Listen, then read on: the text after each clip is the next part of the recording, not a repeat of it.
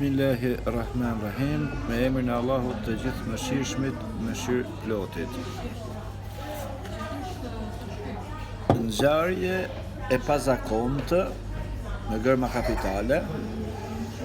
Qytetari lexon Kur'an tek Komuna Parisit. Ky ishte titulli i një portali që unë e kam marrë portal. Mi faqeje se portal është shumë me e qujt, portalin e qujt portalet koreane që kanë shku videot e mija 4-5 miliard klikime e 2 miliard like, po mi faqeje të mirë që më vjen si burri mirë të Komuna Parisit dhe më merr në mikro, me kështu në kamerë të telefonit. Dhe pas ka ba gjithat, dhe më thonë, mund vje mirë që ka zgjeru audiencën e i shkreti, po mu nuk merr mirë të keq përdorja dhe keq interpretimi i gjitha saj çka është thanë dhe është komentu. Dhe ka pas edhe kërcenime, përveç komenteve të mira, zoti është përblev, po ka pas edhe prej atyre komenteve që kanë thënë vritene. Dikush prej komenteve thoshte denoncojeni për ndotje akustike. Pse nuk i denonconi ata që i bin kitarës, ata që i bin klarinetës, ata që s'kam asgjë të keqe me artin dhe muzikën. Pse që ka problem vetëm me lexu Kur'an arabisht.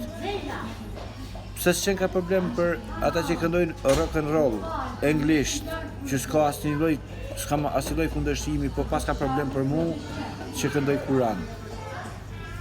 Pse? Pastaj ka një sprov tjetër, pastaj kam një vujtje tjetër, vujtje shpirtërore, se mu s'm dalon kush vetëm Allahu Azza wa Jall. Nuk më dalon kush në rrugën time përveç Allahut Azza wa Jall.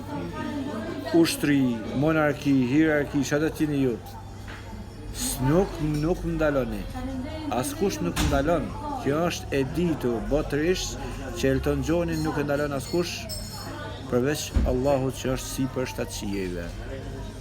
Po çfarë cipe ose me çfarë shpirti pyesin disa persona se ku i ke marrë leje prej dietarëve ose prej hoxhallarëve.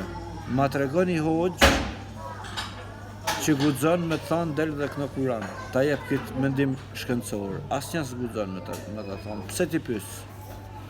Pse ti vej unë në mes dy zjarreve? Si pyes fare se është vepër që unë e di se nuk ka ndalesë.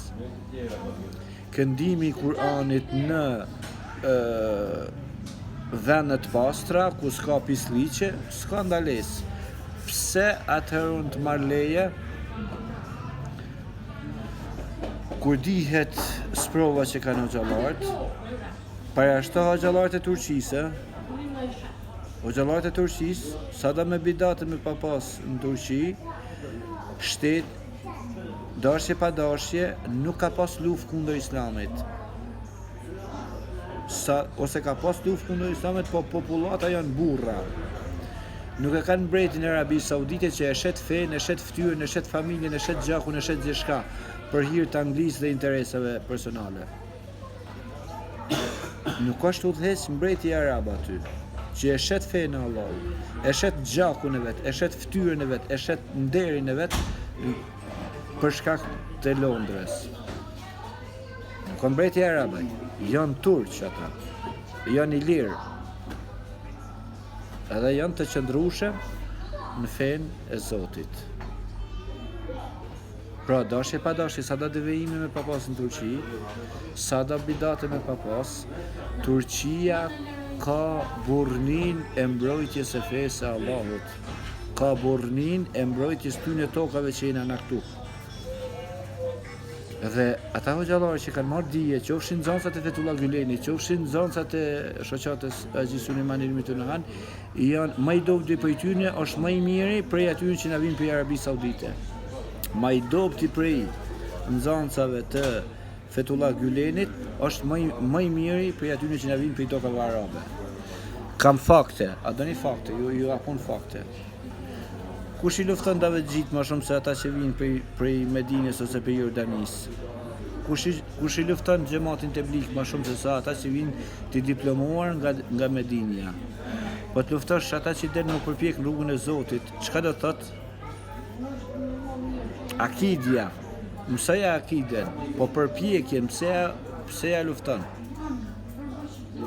Prandaj njerëzit më të rrezikshëm, a e kuptu drejt, pra, ju thash pak më përpara, në Turqi, sa do komunizëm e papas. Nuk ka qenë mbreti arab që e shet fejnë e Allahut për hir të anglezëve. Që futi për qarjen Turqi, Arabi. Nuk ka kriminali, maskaraj, Pleho, Muhammed Abdul Wahabi. Nuk ka qenë Turqi, ka qenë Arabi Saudite.